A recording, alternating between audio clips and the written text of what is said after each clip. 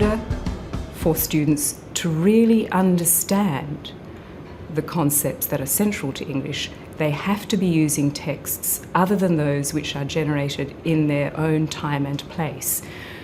Things like contextual influences and factors that help to shape texts and also influence the meanings we make of them can only be fully understood if students are exposed to texts outside their own world, their own immediate environment. And for students in Australia, texts coming from Asia provide a goldmine, a way to really explore those kinds of concepts. One of the things I like about the Voices and Vision series, of course, is that it is not only print texts. There are print texts there, but there's the range of texts. There's the popular media text. There's poetry. There's a whole range of text there. But I think that what people appreciate is the opportunity to be able to do shorter texts rather than whole novels. Support students and I think the nation as a whole to respect diversity and not to see our region as other, but as part of, and that we are part of as well. So it's an engagement with, as opposed to a separation of. So, I mean, if we go back to the ancient Greek traditions, for example, and we look at the Oresteia, where do these stories come from, and what are the influences of Asia Minor, for example, on the Greek tradition? So these stories abound with an engagement with the Asian world, the African world, and so.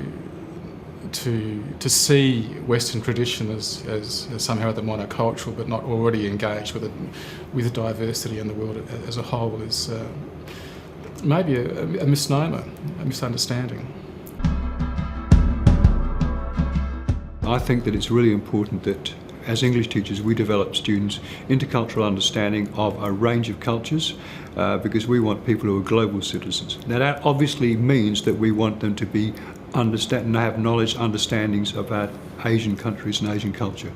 So it's something which has to be there, but we would see it as being part of a broader understanding of cultures in general. A school in the future where teachers have been really enthused about this focus on Asia in an English curriculum, if I walked into classrooms where this had taken place, I'd expect to see students' written responses to a range of literature from different Asian cultures and traditions. I'd expect to see examples of them creating multimedia texts that might have an anime focus or a manga inspiration.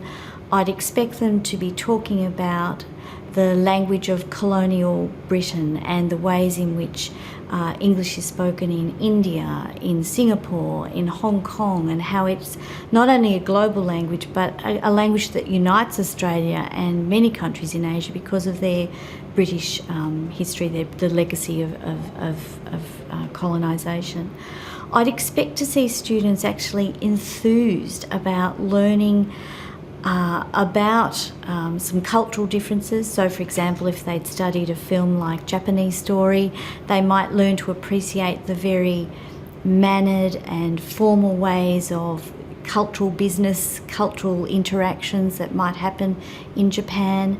But then I would like them to do a web search where they would actually come across very contemporary issues of Japan to see young people actually working against those cultural traditions, where you've got young people who dress the way they want to and are really involved in using technology and Western music and fusing it with their own, and so that Australian students don't come away with a very singular and static and homogenised view of Asia and of Australia, but rather appreciate the dynamics, the similarities, the differences.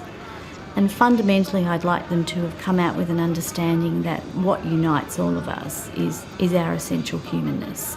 So even though those differences abound, we all want the same thing.